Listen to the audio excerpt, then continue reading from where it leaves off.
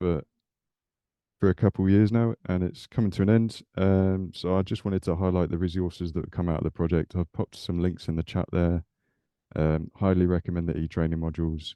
All the resources that come out of the project have been amazing. Definitely worth a look. And we've got three great speakers today from the European hubs of the IPM Works project. So I'm not going to hang about because I'd like to give them as much time as possible and as much time for questions at the end as possible. If you do have any questions, feel free to use the Q&A function, pop them in the Q&A. Sophie is going to handle the Q&A at the end after the presentations.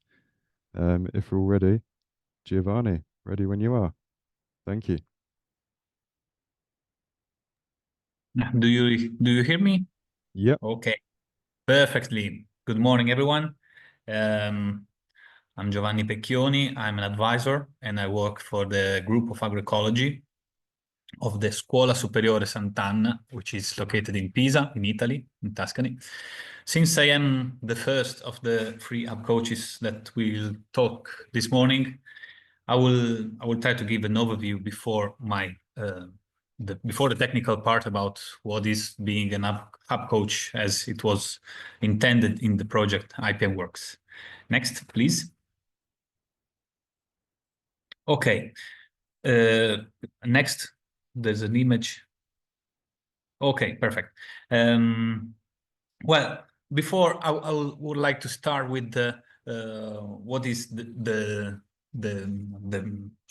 process of what we are thinking about when thinking about innovation transfer. So we come from decades of linear traditional thinking. Okay, from the farmer had a simple problem, and the answer from the advisor or researcher or what it is, it's simple. Tell me what to spray to solve the problem, and that's it. Okay, this doesn't work anymore because the agriculture in general and the world is much more complex. So we have to make a transition towards a system thinking. So a contextual consideration of different options and opportunities, and there is a bit. It's the expert-led innovation transfer is not working that much anymore because there are a lot of information available and for other factors, social factors. So the participatory process is in the process in which advisors and farmers interactively learn from each other's to have new options to overcome problems. So if you look at the picture on the right, we see that if we take farmers as the sun in this solar system, farmers are overwhelmed with information and requests from input suppliers that want to sell stuff, and for the value chain, the food processors and so on, who demand their products and everything. Then there is the society and making pressure on them. And then what we have? There is research that looks for different solutions and propose stuff, and then there is the education for the farmers, and then there's the final step. So the ones who are really the closest to the farmers are not farmers themselves, and are, let's say, the advisors that we call hub coach. The hub coach, which is a particular type of bit different from the classic advisor, technical advisor, as we intended in the project IPM Works. Next slide, please. So to say it simple, what is the hub coach? Is an advisor in action and has to promote IPM. So how to reduce the pesticide use. So the hub coach is a balancing act of being a technical expert and organizer, especially a technical expert. It can't be something different than a technical expert. Yes, also to learn and understand how to be a learning and group facilitator, because it is needed when interacting with farmers and other stakeholders, and has to be also a research partner for farmers and understand what can be done and what cannot be done. So the hub coach is a figure which is in this sort of triangle between a researcher, an advisor, and a communicator. And of course, I have to add, maybe it's something strange about, or very simple for you, but being a good English speaker is, of course, crucial for people from other European countries.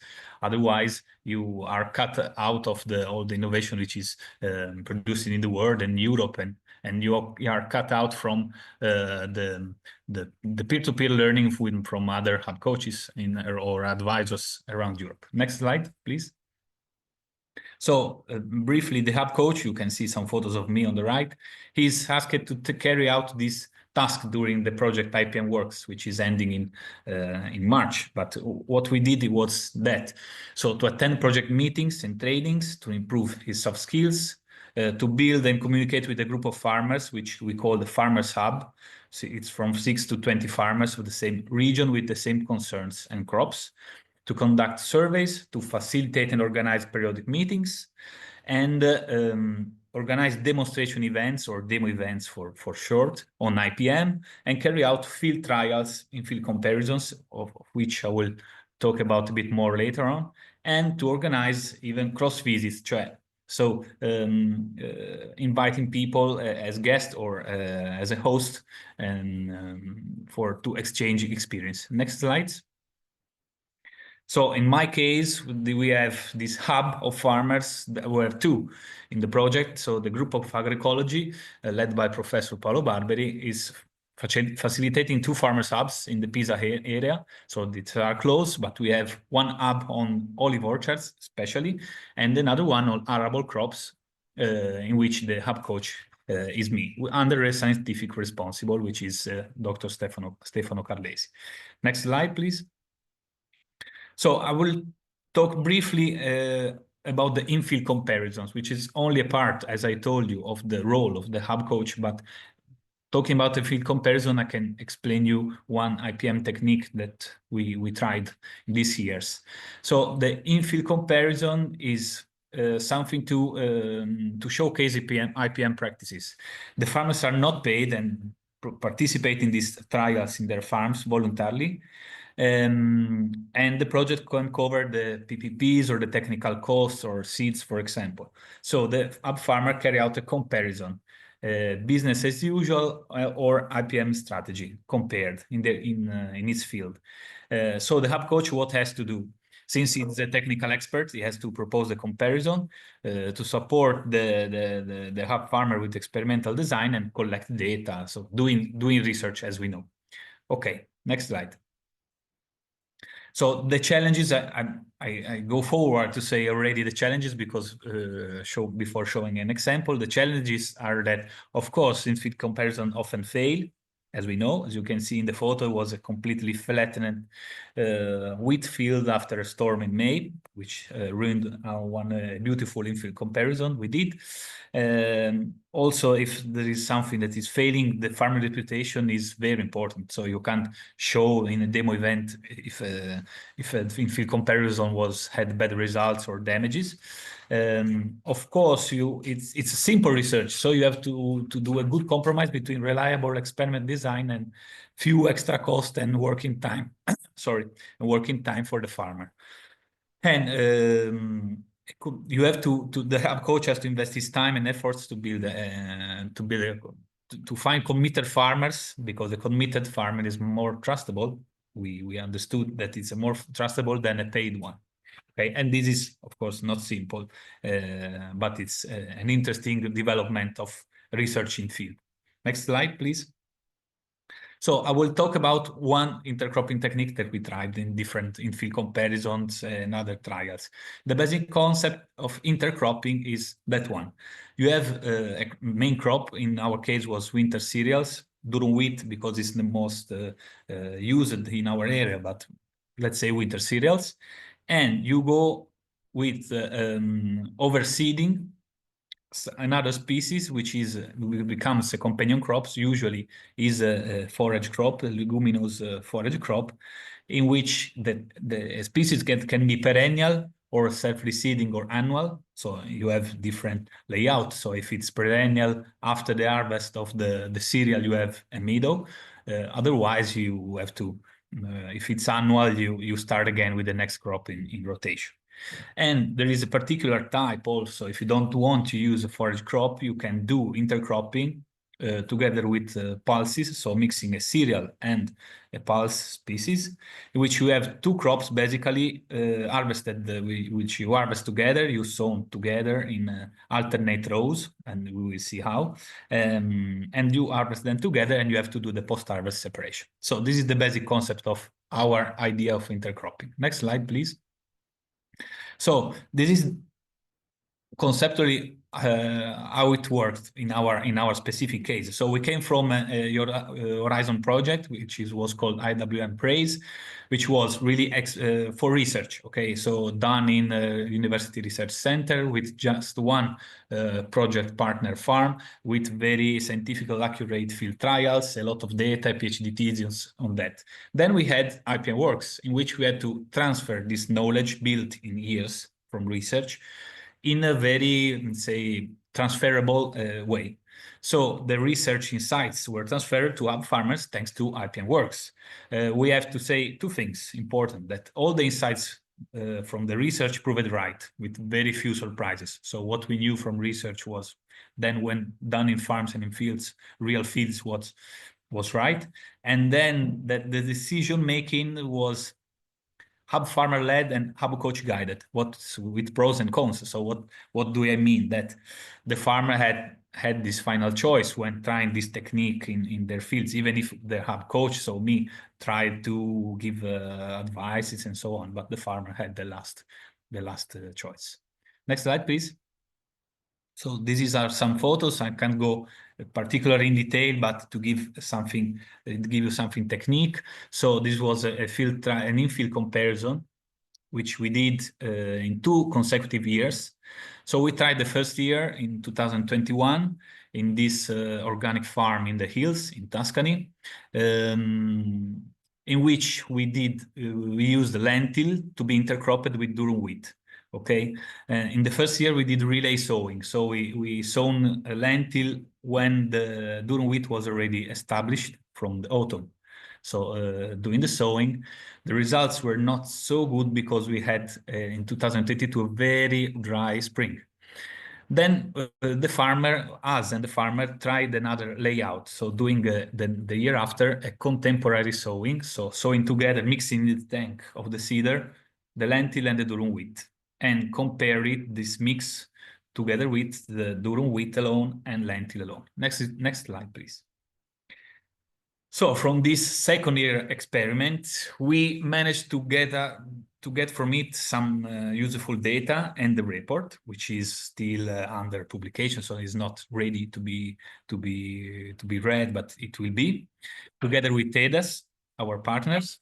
So we did the comparison between the 3 strategies, as I told you. So we had a small field with a lentil crop alone, and the strategy 2, which was durum wheat alone, and then the mix, the intercropping, lentils intercropped with wheat. I just give you some insights, because after you can also, if you want to see something visual before the report come out, you can see a YouTube video that we did directly in the field. So the first insight I can give you is that the intercropping strategy reduces significantly the weed pressure respect to lentil alone. It was good for us, and that the wheat productivity was higher in intercropping, maybe also because an effect of nitrogen, which is not in every case, but in some cases is given, it's an extra nitrogen given by the companion crop, so in this case the lentil, which is fixing nitrogen for the wheat. Then we understood that lentil productivity was higher as a sole crop, yes, but it was harder to be harvested practically respect to the intercropped, because the plants were smaller and there was a very high weed biomass. So in this case, the intercropping was good. And then the overall productivity in the intercropping, so since you had 2 cash crops together, was higher than the 2 sole crops, so durum wheat alone or lentil alone. Next slide.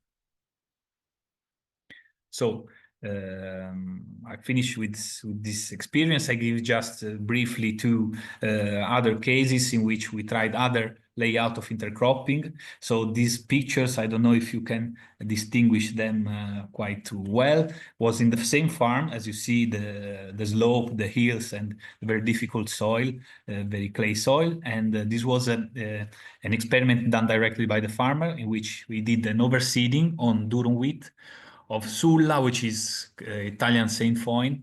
It can be translated, is a popular, let's say, locally known in the Mediterranean forage species, which is biennial. And this worked very well because it kept very, very small inside the durum wheat, and then it could regrow after harvest. As you can see on the picture on the right, in which you see the already harvested durum wheat, and with the green forage, the Italian Saint Foin under it. Then next slide.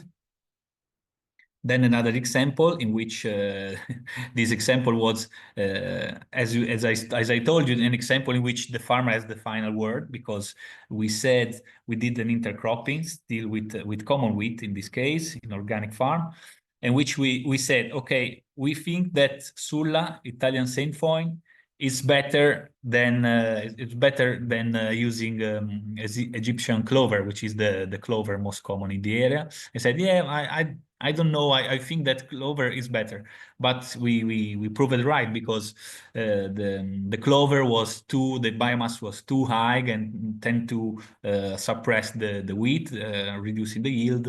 Instead, the Italian Saint Foin was better, especially after in autumn, when it with the rains it regrow. It managed to regrow better.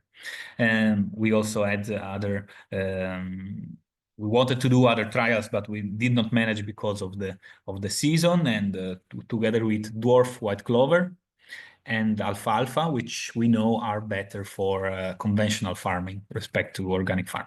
That's it. I hope that I don't stole too much time. In the next slide, just my data and to say thank you to you. And we have our social channels to look for what we are doing. Thank you very much. Amazing. Thank you, Gio. I think a very valuable point about the human element of working with farmers and reputation and letting them have a part in co-design. We're very big on that as well. Fantastic. So I'm just going to get Rebecca's slides up.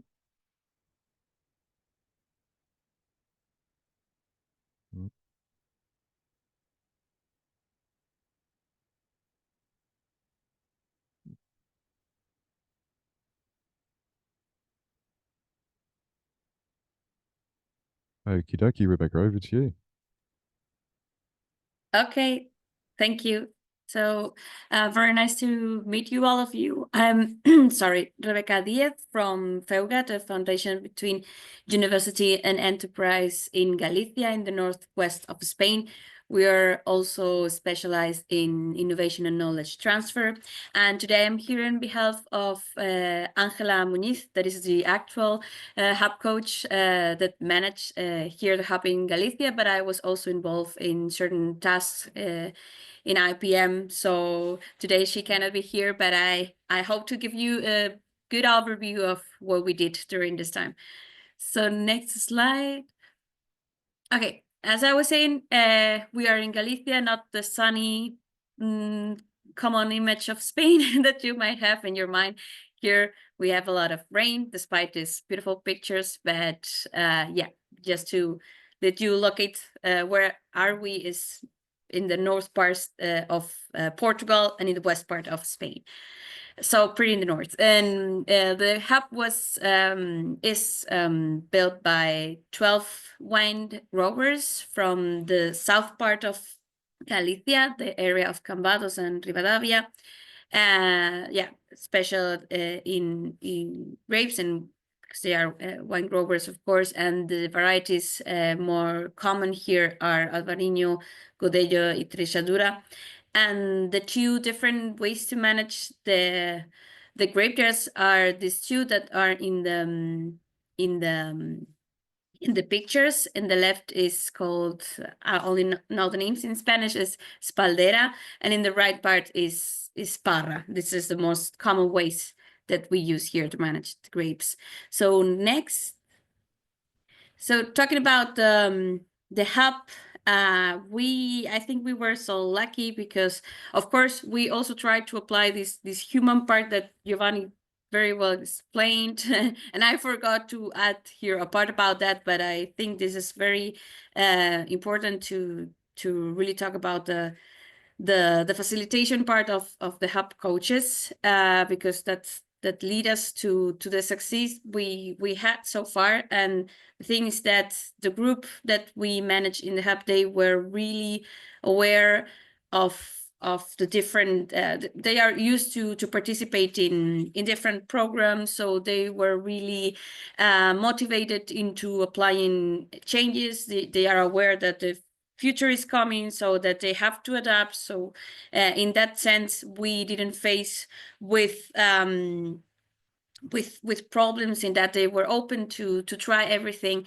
The barrier, as I said, it was more related to the weather here. It's very rainy, and it leads to some problems and common diseases that force to the hub, to the members of the hub, to sometimes use this phytosanitary products, but yeah, this is the most the common barrier we have here. Next, thank you. So the 4 highlights we bring today about the evolution of the hub are related to 4 different thematics. First are the pheromones, and I have to say that we are really happy to say that 100% of the hub members now are using pheromones instead of other damaging products. So we are really happy with that. Also, the biological control, in which we did a very interesting demo event with bats and bats boxes. In other slide, I will show you photos. Then also soil management innovation, and the mechanical weeding events that we developed were also really success. So let's go to the first next. Yeah, the Lobesia botrana, that is of course known by all of you, is really spread in Central and Southern Europe.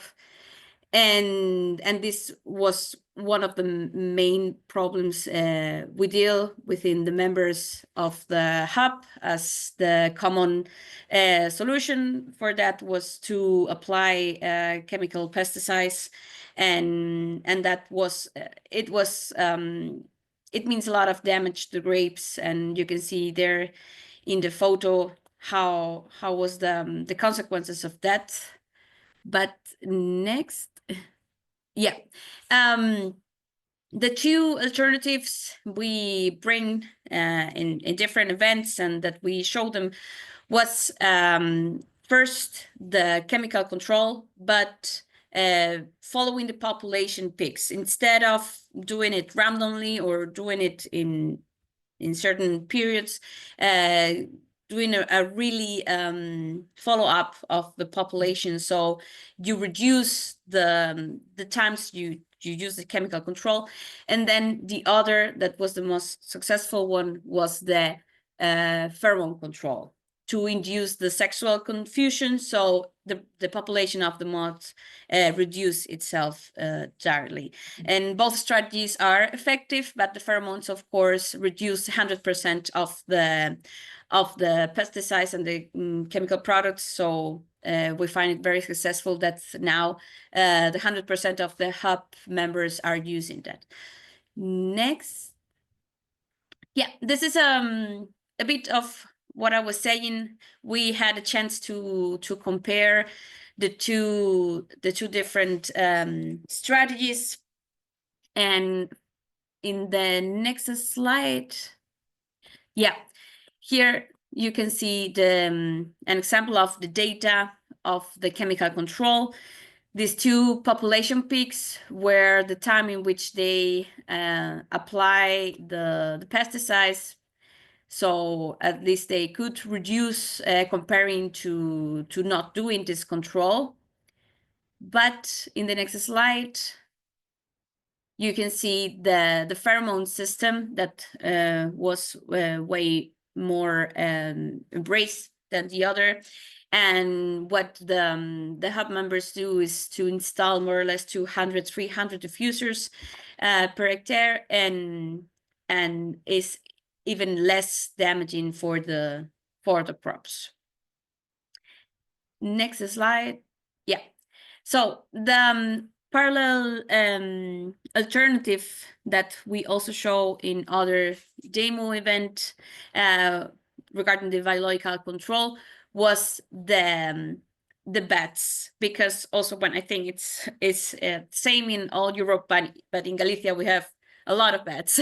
And the truth about bats is that they can eat maybe 100% of their body weight in insects nightly. So it's a natural way to control the pests. And this specific event, they find it very, very useful. We don't have data so far, because even if they have these boxes in their fields, the bat population have to really be established in the boxes, like to really do a good measure on how is this working. But from what we know from the hub members, they are really happy with this parallel alternative that we gave to them too. So next, yeah. So now about the soil management, we also conduct some events regarding composting and vermicomposting. This was not something that they were unaware of, because in the wine sector it's common to put directly the grape bagasse in the soil. That in the next slide, I think there is a photo. Yeah, the grape bagasse, they put it directly on the soil, as this was the traditional way. But there was some problems to the polyphenols that are in the seeds of the grapes, were not having a good impact on the soil. So in the next slide, we can see the vermicompost was also a very successful event and a successful measure that we show them that they could apply, and there was very good results. That in the next slide, that I think I'm going too fast.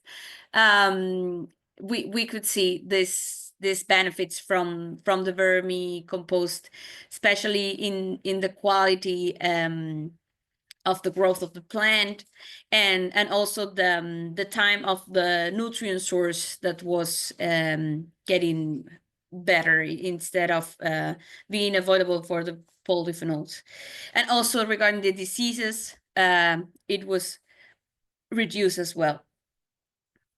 And for the last highlight that we want to share from the hub in the next slide, yeah. We also deliver some events regarding with the mechanical the mechanical weeding, and what potential adoption they could have, what is available for them. And this was also very helpful, because some kind of mechanical weeding could reduce also the use of herbicides. And we focus really much the events on that topic, and they were really interested in knowing more about the different alternatives they could do with these machines in their fields. So this was the last slide. This was the 4 different highlights we want to promote from what we do in the Hub Coach. Maybe I went too far, because maybe I forgot some things, But yeah, my colleague Angela Muniz has a lot of way more. Oh, the contact is not there, but I will put it in the chat. Sorry for that. Yeah, Angela Muniz. But yeah, please let me know if you have any questions regarding the hub management or the events we do, and if you have more technical doubts, I can deliver it to Angela in case I don't have the information here. But thank you really much. Perfect. Thank you, Rebecca. Yeah, if you do have any questions, anyone, just pop them in the Q&A and we'll get to them at the end. I think that was a nice little headline for IPM Works with the pheromone adoption from the farmers, 100%. Shows that it works. They wouldn't do that if it didn't work. So that's fantastic. Amazing. So I'm just going to switch over to Jonathan's slides.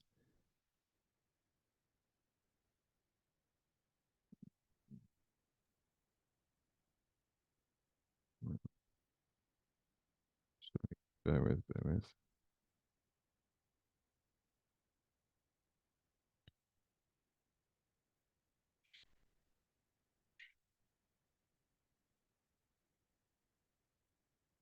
Sorry, my computer's just having a bit of a moment here.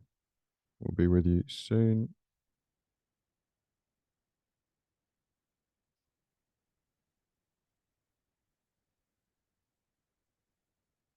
Voila. Okie dokie, over to you, Jonathan. Thank you. Okay, thank you. Good morning, everybody. My name is Jonathan de May. I'm from Belgium. I work for what you would call maybe a bit classical trial station. I work in open air vegetables. And I was also part of the IPM Works project as a hub coach together with two colleagues, Sabine and Jolien. In the next slide, you will see the content. So I'm talking on the use of biodegradable mulch foils in zucchini.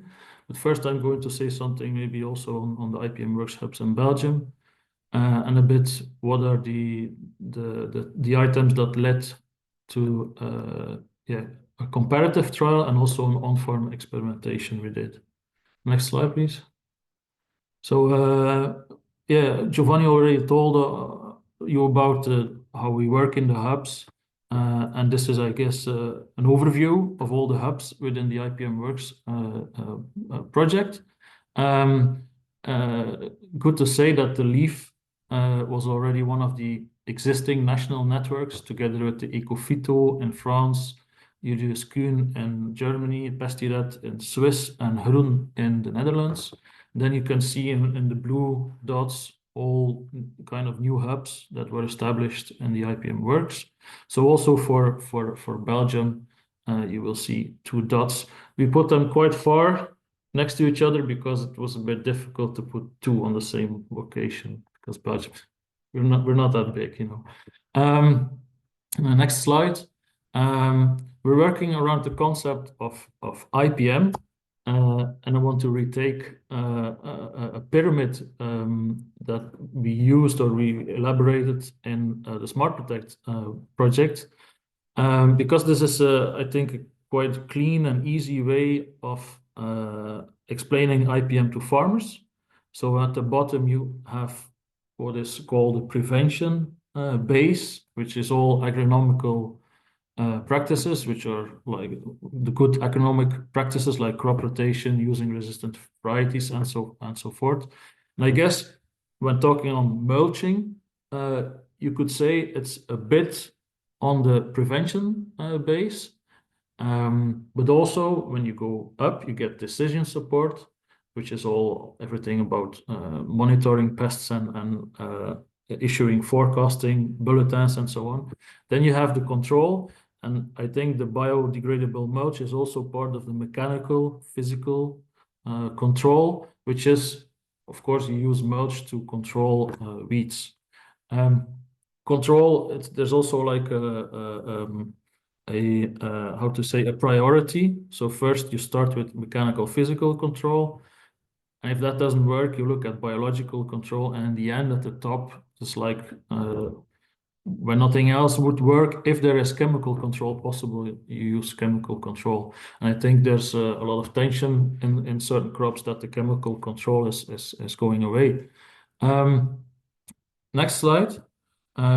Within the IPM Works project, the coordinator Nicolas encourages us quite to look at what he calls the 5 pillars of holistic IPM, which is of course a bit more complex, because if you talk on holistic IPM, you also take a look at the first pillar, which is agricultural landscape. And of course, for a farmer, a single farmer cannot have a lot of effect on an agricultural landscape as such. So you need to combine multiple farmers and groups. And then the second pillar, cropping systems designed to decrease pest, weeds, and disease pressure. And I think there you will find the mulching. Preferential use of non-chemical control option. Yeah, that's in the pyramid, the priority to mechanical and then biocontrol. Optimized decision making, that's everything that is around monitoring, the second layer of the pyramid. And then increased efficiency of treatments, which is, I think, taking into the account that the chemical products that are still available, use them as efficient as possible. Why IPM works? And within the name it says works. We look at IPM as and IPM measures that also have a good profitability at the farm level, because in that way, if we work on that, we can convince farmers to step into an IPM schedule or an IPM system. Next slide, please. 2 hubs in Belgium. So there's 1 hub in soft fruits, strawberry mainly, and then there's a hub on zucchini. And you can see that it was a demo we did at the trial station. Okay, on to the specific topic. Why use biodegradable mulch? It's in the second pillar. It's in also it's in prevention and mechanical physical control in the pyramid. We want to decrease weed pressure. That's the ones in blacks are also, I think, do also apply on polyethylene mulches. We want to increase soil temperature. So in that way, the crops grow better, and especially in the case of zucchini, it's a heat-loving plant. And also we want to retain moisture, so in case of dry periods, and also if there's too much rain, of course, if you mulch, it floods off the mulch, and you can guide the water and control the water better. Then those in green are, I think, apply on the biodegradable part of the title. A good thing is that there's no waste stream to get rid of, because the mulch as such is biodegradable, so it degrades in the soil. There's no microplastic in the environment if it's a good biodegradable mulch. And also, and we found in the hub that was very important, when the crop is at its end and they destroy the leftovers, so the zucchini is let's say, is old and it's not productive anymore, you can really sow a catch crop quite fast without getting all the plastic out first. You do minimum tillage, where you till the biodegradable mulch into the soil, and then you can really quickly sow a catch crop.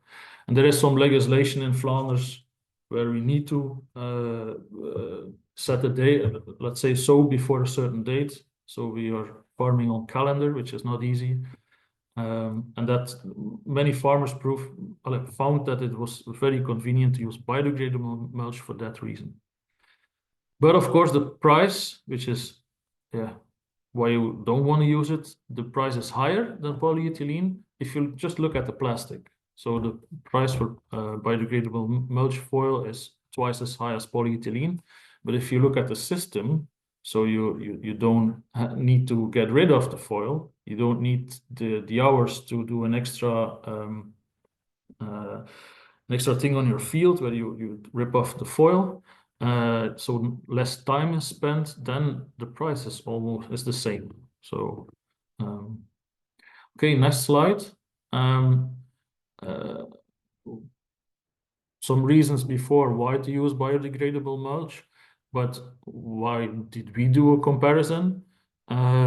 Because farmers asked us. There are a lot of products on the market, but yeah, what is it exactly? There was also some issues in 2022 with quality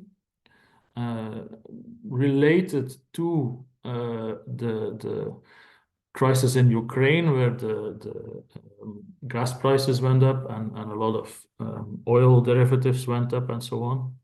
So there were questions also on how to store, and yeah, are they really degradable? When are they fully degraded? Those were questions farmers asked us. I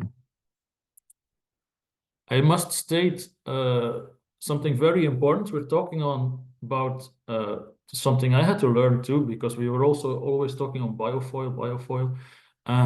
But there's a difference between bio-based foils and biodegradable foils. We got into contact with Muniz, which is a Dutch producer of foils, and I got this from their presentation. Most biodegradable mulch foils are still fossil-based. So if you look at the left upper side, you see PBAT, which is the main component of those foils used.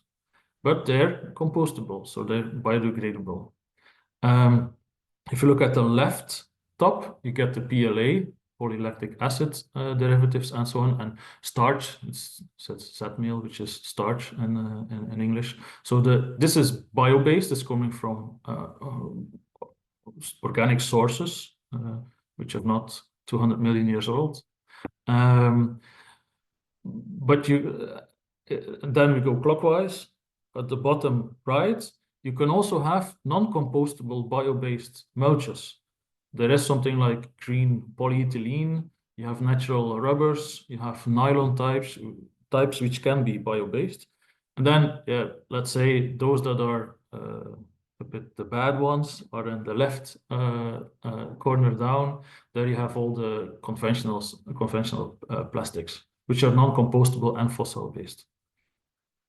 So for me, it was something that I learned, and we're mainly focusing on biodegradable foils at the moment, because those on the market are PBAT. But we're also involved in projects that want to shift to bio-based, organic, based compostable, degradable mulches. And I added the certifications, because in the next slide, there's on a European level. Oh, is it gone? It's here. What I wanted to say is, on a European level, there's quite a discussion on biodegradable, oxo-degradable, and oxo-biodegradable. We would really want to make sure that something that is degradable, biodegradable, that the carbon which is inside either dissolves in the air because of aerobic processes, or is incorporated into soil life. And the way they do it is by certification, by radiocarbon analysis, and there are standards. So the standards you saw from the TUV or Van Sot or other companies that do it. It's really important to have a certification of your foil. Okay, that's it. Some trial results. So the first trial we did was at our trial station. I take you a bit through the weather, because trials were done in 2023, and it was quite hot and dry. Let's say this is the temperature, hot and dry at the harvest, planting and harvest, but then rain at the end of July. And if you look at the temperature, it's quite hot in June and quite hot yet again in September. September was already finished the trial, but quite hot in June. We taken into account. Next slide is the rain, I guess. we had some drought, let's say, from 16th of May, you see, until it only started really raining last week of July. So if I'm talking on mulches, moisture retention is very important. And farmers had questions on moisture retention. Next slide. Also something I wanted to show is that we didn't have a lot of sun hours. So the daily sunshine, the dotted line is the average, and then the daily is the diagram. And then if you look at when it started raining, it was really dark. It's not good for zucchini. Next slide. There was also periods of high wind. And of course, if you lay biodegradable mulch, you want it to be on the soil and to stay on the soil during the crop cycle. Next slide. These were the foils we compared. So we had on the left table, you see the polyethylene foil, which is the control. I didn't know the thickness of it. Then we had one from Oerlemans, so Dutch company, 15 microns thick. We have one from Samco. I think it's Irish. Then we have SLH films, which is Spain. And then we had a film from Finland, from the company Bioska. We got acquainted with that foil when we were on cross visit to Finland. So within the project, we had cross visits, and our hubs from soft fruit and vegetables got into a cross visit in Finland with the Finnish hubs. And there we saw the foil from Bioska. I got into contact with them, facilitated also by the hub coach in Finland, and we got a test roll. Planting, some things are still in Dutch. Planting was May 26th. And 1 month later, we started harvested on June 26th. And then the end of the harvest was at the end of August. Then we said it's enough. It's not productive anymore. Next slide. We got some moisture sensors in the soil to acquire data. I think in general for the moisture, there was a bit of problem with calibration. I think the next slide, next to moisture sensors, we also had suction pressure sensors, which is like an indication how hard do the roots have to perform to get water. It was a dry season, so you can see from the end of or let's say the start of the harvest, plants are quite big, they need a lot of water. Then the pressure from the soil really sucking to the roots, let's say, or I don't know how to explain quite good, but the roots really have to work the higher the pressure gets. And there we saw a quite big difference between the polyethylene foil, which is the lowest, the dark green, and the highest Bioska. So and this is one of the questions farmers have because of the permeability of the biodegradable mulch foils. They lose more water, so the moisture retention is not that great compared to polyethylene foil, and especially in dry seasons or if there's no irrigation possible, it can pose some problems, and therefore we did the comparative trial. So you already see here there was an indication that the Bioska would not perform that well. Looking at Oerlemans, Samco, and the SLH, so the Spanish, there's not a big difference there, but they are intermediate between the Bioska and the polyethylene foil. Next slide, please. There was also a bit what we saw in the yields. So this is, we did an intermediate yield comparison after a couple of pickings, 15 pickings maybe, but at the end, that's also what counts. There we saw that on the fruit yields, so those are the pieces, the zucchinis per plant, You see for the polyethylene foil 35, and very well for the Urlemans also 35. So we couldn't see any difference there. But with the Samco, which was thinner, and the Biosca, which was not statistically there, but you see that they are performing not as well as the conventional foil. But it was the Samco that performed in the end not the best, but bear in mind only 12 microns thick, and the thicker the biodegradable mulch, the more expensive, but also the better the moisture tension. So, but I think overall, looking at the amount of fruits, looking that for instance the Urlemans is a good idea to get as a farmer. Then the next slide is like on the mulch condition. So the trial ended, and there we were like almost flabbergasted if you look at the data. So yeah, the polyethylene foil, we pulled it out. It was gone. But looking at the Urleman, Samco, and SLH, the biodegradability of those were good, but they were much slower than the Biosca. And I think the next one are some pictures which tell more.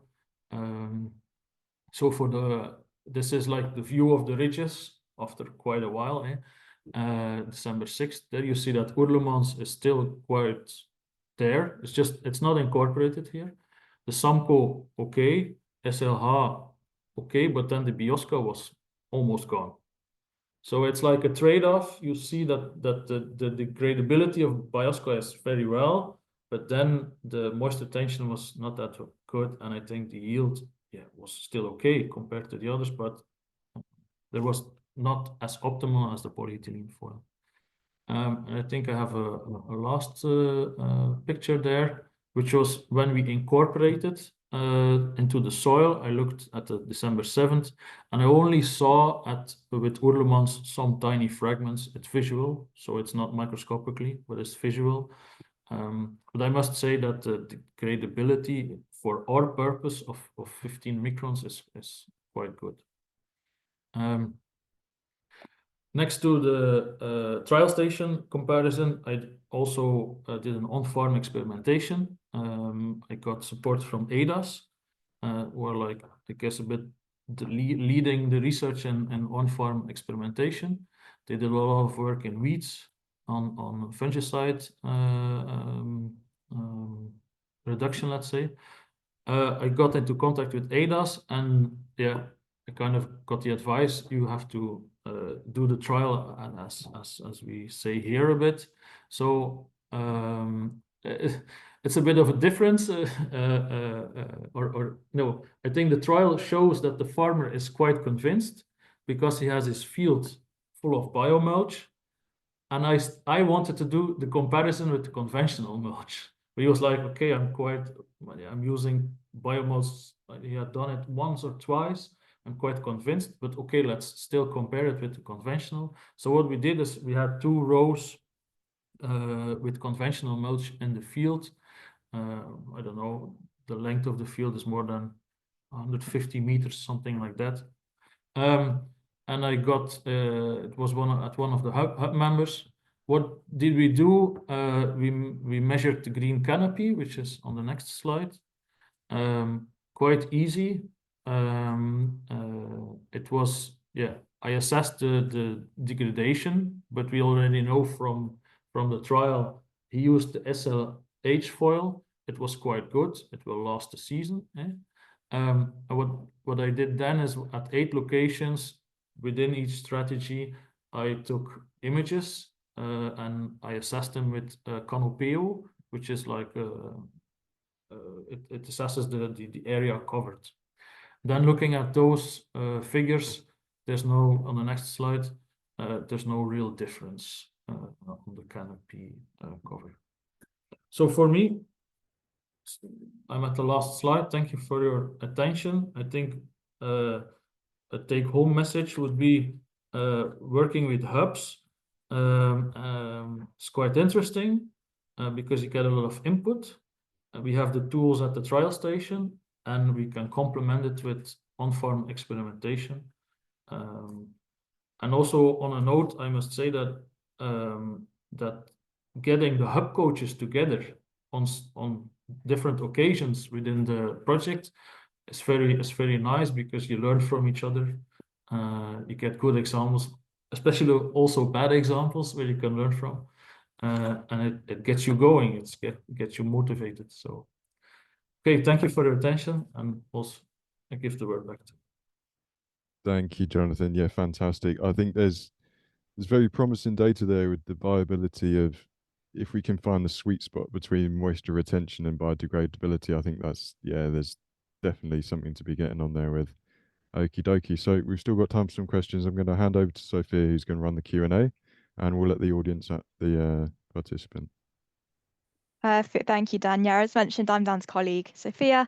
I've been working on the IPM Works project alongside him for the last few months. We do have a bit of time left now for some questions. If anyone else does have some questions, feel free to put them in the Q&A function chat box, and we'll start working our way through those in the next 5 minutes or so. So our first question from Sarah goes to any and all of you, I guess, is what initial advice would you give to farmers, regions or sectors beginning to explore IPM practices? So if anyone's thinking of implementing IPM or exploring it more, what initial advice would you give to them? That can go to anyone. Okay, do we have to all answer to this? Maybe all the three, if we have time. I guess so. Yeah, that would be great.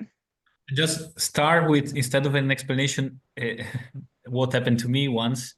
So we did in the same farm I've shown you about the trial on durum wheat and lentil and Sula overseeding and so on. So he's a farmer that is above the average with his technical skills and with this willingness to try. He's also graduated. And even if he's in an area which have low population, very difficult soils, but really difficult in the hills. And when I gave him a phone call to organize a meeting in winter, in which we had like something like 90 participants with online and people in the room, I told, well, Simone, I would like to have you as a speaker, because you're very good in intercropping and so on. Would you like to come and be a speaker, because there will be a lot of farmers interested? Said, yeah, but okay, but I don't do nothing special. I do some intercropping, but my grandfather was doing that. So I said, no, come on, Simone, you're very good. When he started talking about this intercropping, there were like people asking questions in the chat or in the room, raising the hands. It was really interesting. And just this short story to tell you that sometimes farmers are not unaware that they're doing very cool stuff, or just maybe because they were doing what we call retro innovation. So they're doing some with modern techniques, modern equipment, something which was old, that was abandoned for decades in the decades of pesticides and mineral fertilizers, and then we are taking back, as in this case, this type of farm, intercropping, so giving nitrogen back to soil, since it was conventional before and applying a lot of mineral fertilizer. Now is organic, the productivity is what it is, and so on. So now intercropping can be very useful for him. So this is my story on this question. Thank you, Giovanni. Yeah, Jonathan, do you have anything to add? Yeah, if I can add, I think it sums it up. Build confidence and trust. Yeah. Confidence to fail and trust to not be laughed at. Yeah, definitely. And get information around so that they dare to share their ideas. Yeah, definitely. I think that's some great advice. Rebecca, I don't know if you have any final comments to add for that question on advice if people are considering implementing IPM. Yes, in our case, in Galicia, as it's very common to work in cooperatives, they are used to meet periodically, and they have like this tradition. I know it's not something common in other parts, but what I could advise to farmers or to any other actor involved is to engage to a group that is dealing with these topics, that they are doing some experimentation maybe in an external field, because it's very common that in all parts, universities doing things together with farmers, together with advisors. So try to look for that, because we couldn't escape what future will offer us in terms of reducing the use of pesticides, for example. So I think it would be interested for most of the actors involved. And also another thing that also Giovanni mentioned is that we noticed that a lot of farmers were already using IPM without naming that as such. They didn't knew that this traditional way they did the things was something IPM related, and it was also interesting to notice that. Yeah, I think that's a really interesting point, actually. Maybe not everyone realizes how much IPM encompasses and how people might be doing it unknowingly without even being aware. So I think that's actually a really interesting point for you to bring up. We do have just one more minute to answer a final question from Alex. Elbatrana is not a problem in the UK, but SWD is. Can you please let us know what IPM practices do you adopt to manage this pest? Thank you. So how to manage SWD as a pest? I think maybe it's related with my presentation, because I talk about Lobesia botrana. Here in Galicia, we don't deal with this specific pest he mentioned, but from the Lobesia botrana, and I think with other insects might be similar. One of the alternatives that I present was pheromones, and the other was population control and applying the chemicals when the peaks of the population. So I think we don't deal with this specific pest, but that might be a potential. But maybe Jonathan know more than me. I think it's for the hub soft fruits more, the Drosophila Suzuki, but what I see on the research there is prophylactic measures, prevention. So and I saw some trials in the past with collecting rotten fruits, leftovers, putting them into anaerobic conditions. I think on prophylactic measures are maybe the best. Also, we did some visits when the Finnish hub went here to strawberry farms.